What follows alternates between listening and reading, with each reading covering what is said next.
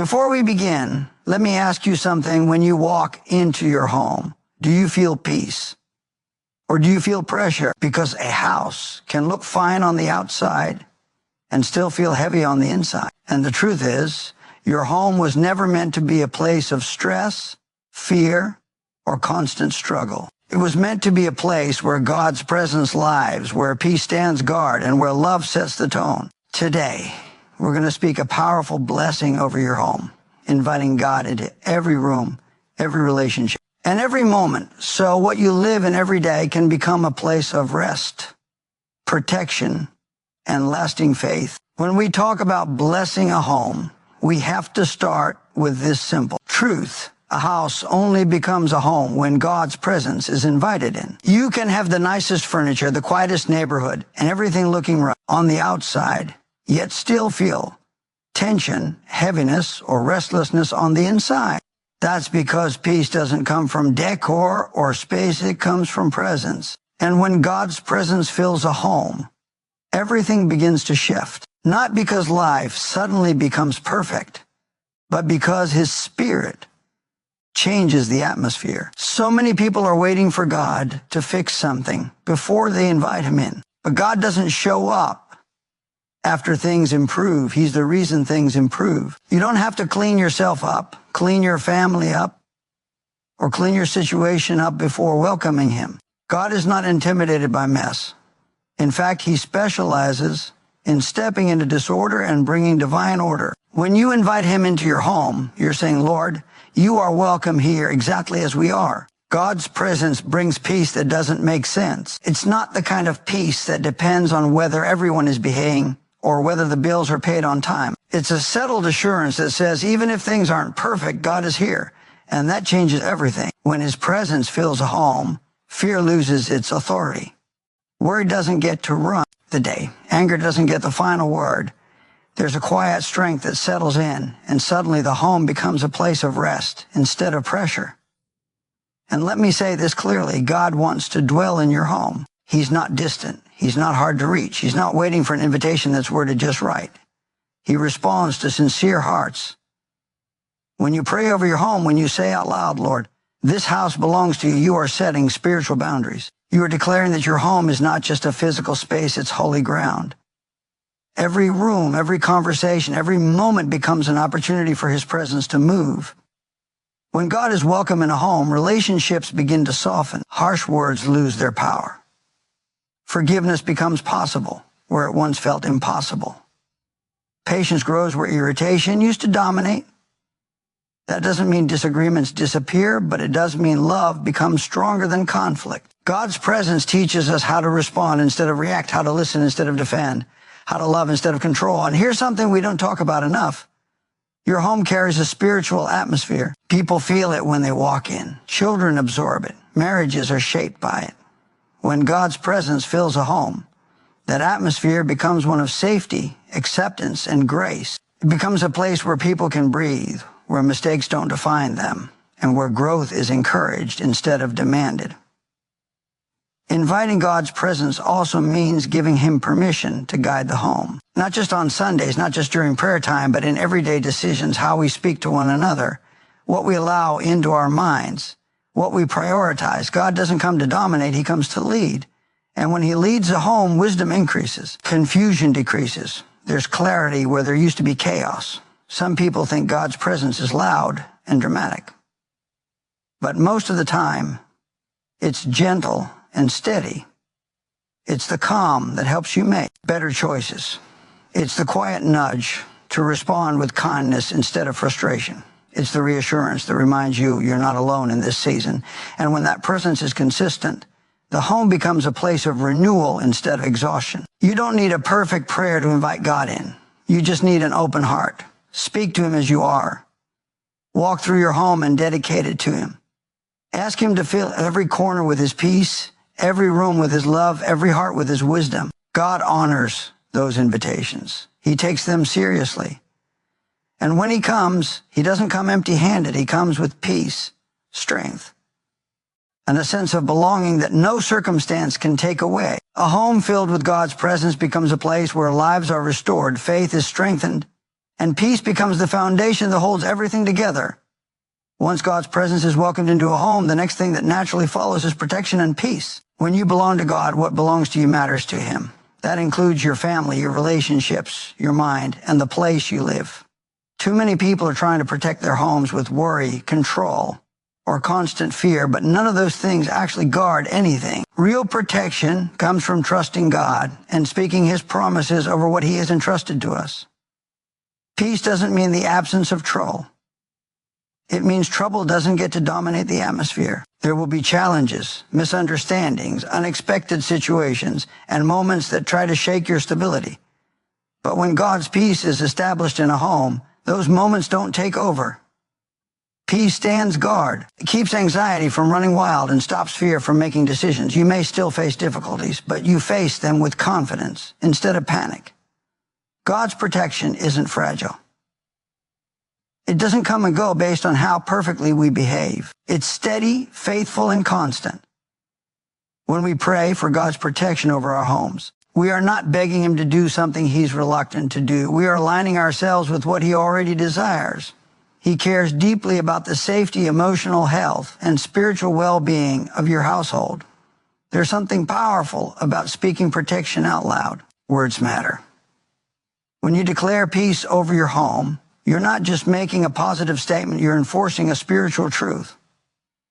You're saying that fear is not welcome, division does not belong here, and chaos does not have permission to stay.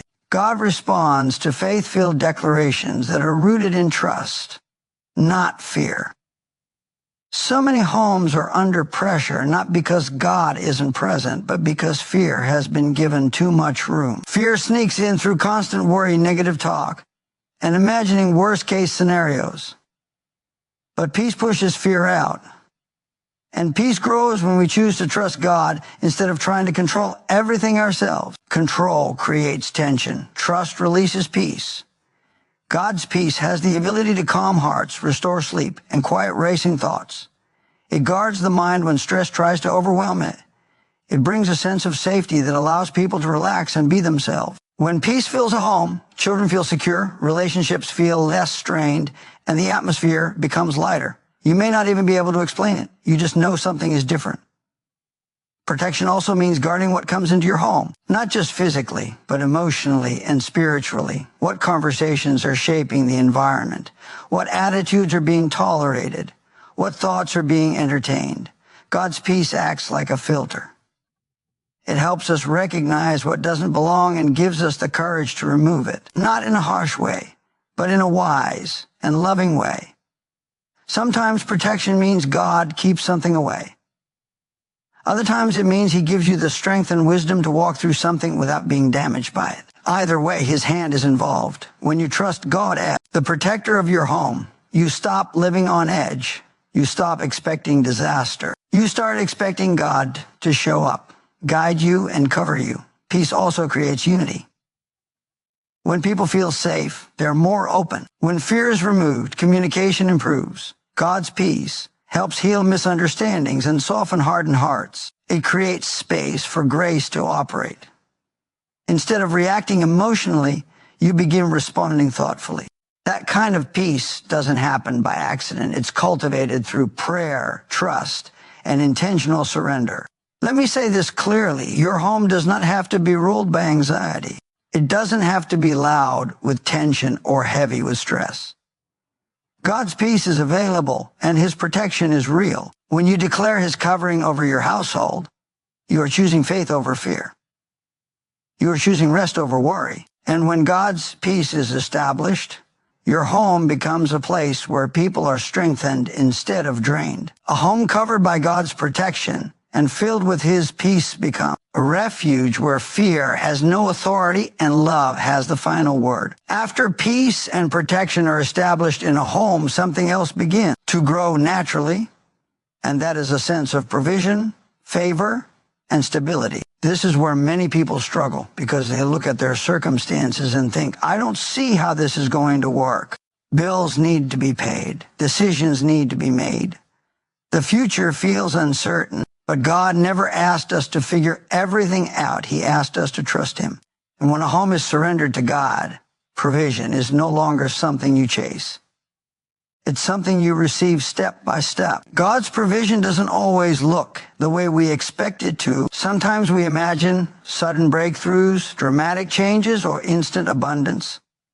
And yes, God can do that. But most of the time, His provision shows up as daily wisdom, steady opportunities, and strength to manage what's already in your hands. He gives you what you need when you need it, in the way that grows you the most. That kind of provision builds faith, not dependency on circumstances.